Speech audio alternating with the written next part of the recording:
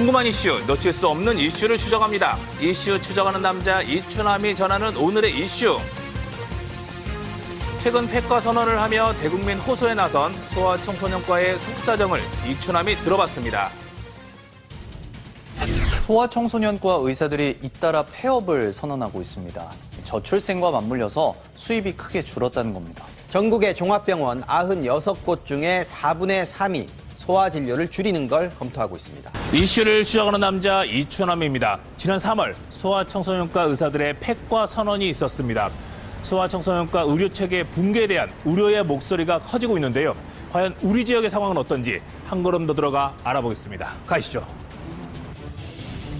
우리 집 주변의 소아청소년과가 사라질지도 모른다는 위기감이 감도는 가운데 지역의 거점 대학병원을 찾아 사정이 어떤지 알아봤습니다.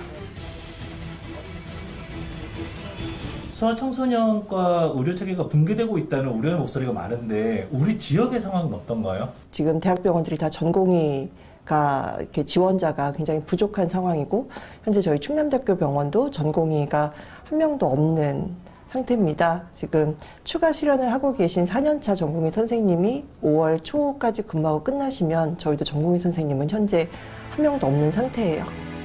지역의 거점 대학병원 소아청소년과에 전공의 지원자가 한 명도 없는 상황. 대학병원에서 전공의 선생님들 저희 충남대병원 같은 경우에 원래는 정원을 다 채우면 12명에서 15명이 되어야 되는데 규모가 크다 보니까 추가 전공이 이제 TO까지 있어서 15명이 돼야 되는데 이게 한 명도 없는 상황이고 저출산이 계속되면서 소아청소년과를 희망하는 전공의가 없는 현실. 상황이 이렇다 보니 정상적인 진료가 어려워 위급한 환자의 전원조차 쉽게 결정할 수 없다고 합니다. 어떻게 보면은 수익을 낼 수는 없어도 반드시 붕괴되면 없어지면 안 되는 시스템이기 때문에 이것을 살리기 위해서 뭔가 투자를 하고 뭔가 이렇게 제도를 좀 바꾸고 하는 거에 굉장히 빠른 속도로 지금 여러 가지 다방면으로 지금 의견들을 모으고 있고 제도를 만들고 있는 것으로 알고 있습니다. 서울의 의과대학을 둔 다른 병원의 사정도 비슷한데요. 어른과 달리 어린이는 질병의 진행 상황을 예측하기 어렵고 환자와 직접 의사소통이 힘들어 의료진의 어려움이 많다고 합니다. 소아청소년과와 관련해서 위기는 예전부터 또 있어 왔었는데 급격히 최근에 더 힘들어지신 것 같더라고요. 네. 특히 인턴분들께서 또 전공이 선택을 안 하시고 네. 그 원인은 뭐라고 생각을 하시나요?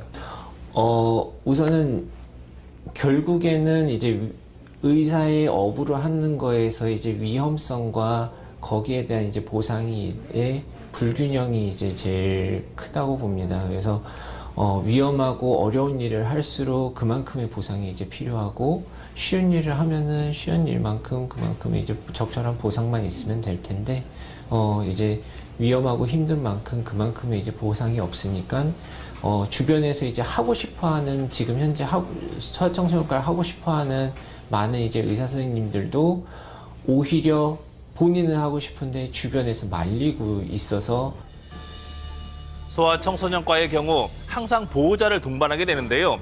그러다 보니 환자와 보호자를 동시에 응대하고 상담해야 합니다. 아픈 아이로 인해 예민해진 보호자로부터 뜻하지 않은 폭언이나 욕설을 들을 때도 많다고 합니다. 당연히 수학과 병동의 간호사 선생님들은 더 바쁘고 힘들고 전공의 선생님들도 사실 실제 병원에서 병동에서 내과 어른 환자를 보는 경우보다 보호자가 걱정하시는 게 더 많으니까 그런 걸 살피러 사실 병동을 떠나지를 못하거든요. 네, 그래서 굉장히 좀 지금 이 어려운 상황이 극복되는 데는 이 소아 진료의 특수성이 좀 많이 이해가 되고 또한 지난 30년간 의료 수가가 전혀 오르지 않았다고 하는데요. 가산수가, 소아 특별 가산수가라든지 또는 소아에게 들어가는 어떤 상담이라든지 이런 거에 대한 좀 어떤 제도와 시스템이 좀 만들어져야 된다고 생각을 합니다. 환자와 직접 소통하지 못하고 보호자의 주관적인 의견을 토대로 진료해야 하는 어려움이 무척 크다고 하는데요. 이런 진료 환경이 의료 수가에 반영되기를 바라고 있습니다.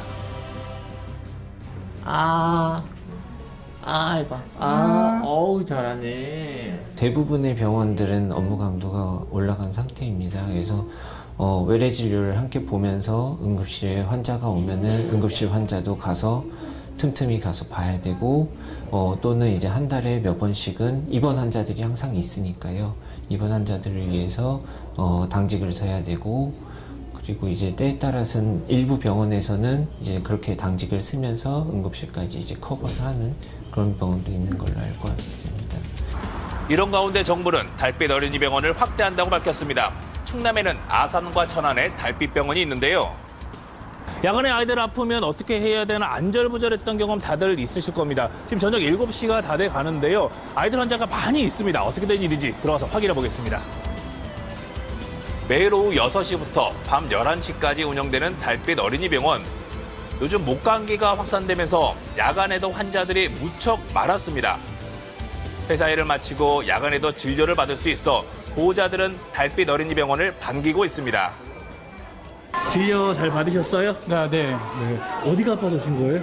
애들 지금 감기가 한 2주 넘게 지속되고 있어가지고 왔습니다. 밤에 아이들 아프면 걱정인데 야간에 진료하는 거 있어서 참 다행이네요. 네, 집 가까이 있어서 너무 좋아요. 사실 아이 키우는 엄마 입장에서는 좀 더 많은 좋은 선생님들이 많이 와주셨으면 좋겠다 하는 생각이 들죠. 충남의 달빛 어린이병원이 2곳밖에 없다 보니 천안뿐만 아니라 당진과 평택 등 멀리에서 찾아오는 환자들도 많은데요. 늦은 밤까지 진료하느라 의료진들은 쉴 틈이 없습니다. 달빛 어린이병원을 운영하신 지는 언제부터예요? 작년 12월부터 시작했습니다. 어떻게 운영을 시작하게 되신 건가요?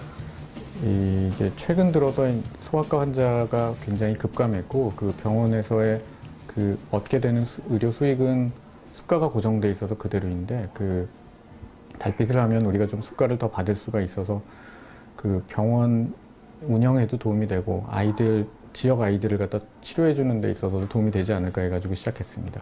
정부가 오늘 소아의료의 위기를 막겠다며 대책을 내놨는데 벌써 3번째입니다. 현재 34개소인 달빛 어린이병원을 단기적으로 전국 100개소까지 확대할 계획을 가지고 있습니다. 연도별 확충 규모는 재정당국과 협의 등을 거쳐서 늦은 밤까지 환자가 많지만 주 6, 70시간을 근무하는 의료진은 웃을 수 없는 속사정이 있습니다. 야간 진료이다 보니 직원 채용에 어려움이 많기 때문입니다. 저희는 병원급에서 달빛병원을 운영하다 보니까 의원급에서 운영하는 것과 병원급에서 운영하는 게 많이 다르거든요, 실제로. 그 소아과 1인 개인 의원에서는 소아과 의사하고 조무사 정도 둘이면은 야간에 근무를 할 수가 있어요. 근데 저희는 그 전문의도 2-3명이 저녁 때 근무하고 그다음에 간호사들이 눈에 보이지 않는 그 간호사 인력들이 그 몇 명, 뭐 5명, 4명 이렇게 있어야 되고 그다음에 방사선사라든지 아니면 조무사들부터 해가지고 접수까지 해가지고 10명 이상 있어야 되거든요, 거의. 근데 이렇게 되면 이 사람들이 전부 일주일에 몇 번씩을 11시까지 해야 되는데 계속 할 수는 없으니까 돌아가며 하게 되거든요. 그럼 인력이 한 5배쯤 필요하거든요. 그 5배를 데리고 있으려면은 그만큼을 데리고 있을 만큼의 그 운영 수가가 되느냐, 그게 어렵죠. 그러니까 네트로 계산해 보면 이게 남는 게 하나도 없기 때문에 그냥 쉽지는 않을 것 같은데 현재 그 지원 가지고는 어려울 것 같습니다. 게다가 소아청소년과 진료 중 유일한 비급여 항목이었던 예방접종이 급여 항목으로 바뀌면서 운영할수록 적자가 계속되는 상황이라고 하는데요. 의료진들은 현실적인 수가 조정이 꼭 필요하다고 지적하고 있습니다. 제일 중요하고 사실 예전에 의대 다닐 때는 그런 거 아무나 못했는데 지금 그 과는 목을 죄야 되고 그렇지 않은 과는 비급여로 마음대로 받아라 이렇게 정책이 되면은 그 목을 죄인 정책 때문에 결국 그쪽은 못 살거든요. 그러면 그 과 전문의를 한 사람들이 그걸 버리는 거죠, 다. 3차 의료기관에서 진료하는 사람들이 떨어져 나가면은 정말로 여기에서 제일 중환자, 응급환자 진료를 하고 있는 데 있어서 문제가 생길 수가 있어서 좀 빨리 변화를 느낄 수 있었으면 하는 게 바람이기는 합니다. 그래서 제일 이제 뭔가 이 변화를 느낄 수 있는 게 저희 입장에서는 가을에 어쨌든 지원자가 소아청소년과 희망하는 전공의 지원자가 나타나면 지난 1년, 올 1년이 그래도 좀 가치 있지 않을까 이렇게 기대를 해봅니다. 소아청소년과는 우리의 희망이자 보배인 아이들의 건강을 지키기 위해 꼭 필요한 필수 진료 과목입니다. 언제까지 저출산만을 탓할 수 없고 이제는 현실적인 의료 속가와 지원 대책이 마련돼야 된다고 의료진들은 한 목소리로 지적하고 있습니다. 아이들의 건강을 지킬 수 있도록 임시 방편이 아닌 근본적인 제도 개선이 꼭 필요하다고 하겠습니다.